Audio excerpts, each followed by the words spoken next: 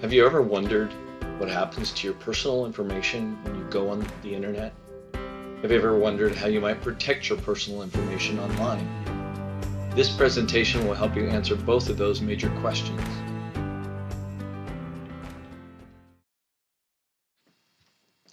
After this presentation, you will be able to define internet privacy, determine the risks to your internet privacy, and apply some strategies to reduce your risks. Let's begin by defining internet privacy. Internet privacy is the privacy and security level of personal data published via the internet. It's a broad term that refers to a variety of factors, techniques, and technologies used to protect sensitive and private data, communications, and preferences. So, what do we need to know about the risks to our privacy? When we go online, there's lots of risks.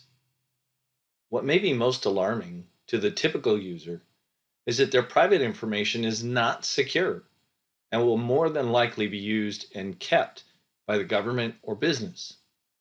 According to Pew Research, a majority of Americans think their personal data is less secure today compared to many years ago, and that data collection poses more risks than benefits, and they believe it's not possible to go through your daily life without being tracked. According to an interview with the cybersecurity expert Bruce Schneier, a fellow at the Berkman Klein Center for Internet and Society, consumers seem increasingly resigned to giving up fundamental aspects of their privacy for convenience in using their phones and computers, and have grudgingly accepted that being monitored by corporations and even governments is just a fact of modern life. In fact, internet users in the United States have fewer privacy protections than those of other countries. This article also points out that surveillance is the business model of the internet. Everyone is under constant surveillance by many companies, ranging from social networks like Facebook to cell phone providers. This data is collected, compiled, and analyzed and used to sell us stuff. And Time magazine points out that privacy controls on Facebook generally prevent picture mining companies from using the images you post there. Unfortunately, the same can't be said of Twitter, Tumblr, Flickr, or Pinterest. Pictures on those sites become grist for the marketing mill. So, how do we protect our online privacy? There are several general methods and some specific software you can get to help. The first way to reduce your privacy risks is avoid online tracking. So, private browsing and do not track settings are very important. You use browsers to browse the internet. Most of those browsers keep track of where you're going and what you're buying. Good news is almost all the browsers give you some sort of control over how much information is revealed and kept stored. Generally, you can click on a setting to private browse and restrict the cookies, that is the trail that you leave, and enhance your privacy.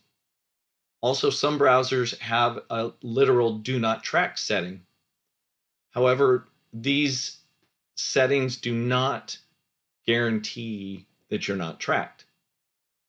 You can run spyware to regularly help keep the hackers at bay. You can use a program like Disconnect to stop all tracking of browsing cookies. And if you're somebody like a CEO or someone who really wants to keep their reputation and their online presence intact, carefully consider using Reputation Defender, a very robust program to stop internet tracking. Next is mobile apps. On your smartphone, you typically use apps. An app is a program you can download and access directly using your mobile device. Unfortunately, apps can collect all sorts of data and transmit it to the app maker and or third-party advertisers. Some apps will sell your data or information to others. Many apps track your location and buying habits. So the first thing you want to do is check those privacy policies. Those policies tell you what the app maker is going to do with your data. You need to read these and think about what the app is asking permission to access, and ask yourself, is the app requesting access to only the data it needs to function? If it doesn't, then you shouldn't be using it. Next is passwords. Whenever you have an opportunity to create a password to protect your information, make sure you use a strong password. Here are some do's and don'ts that can help you maintain the security of your personal data. Do use longer passwords. Do use special characters such as the $sign, the hashtag, and the and sign. Don't recycle a password using the same one over and over again. Don't use personal information such as your name, your birth date, and so on in your password. Change your password frequently unless you have a very, very specific and strong password.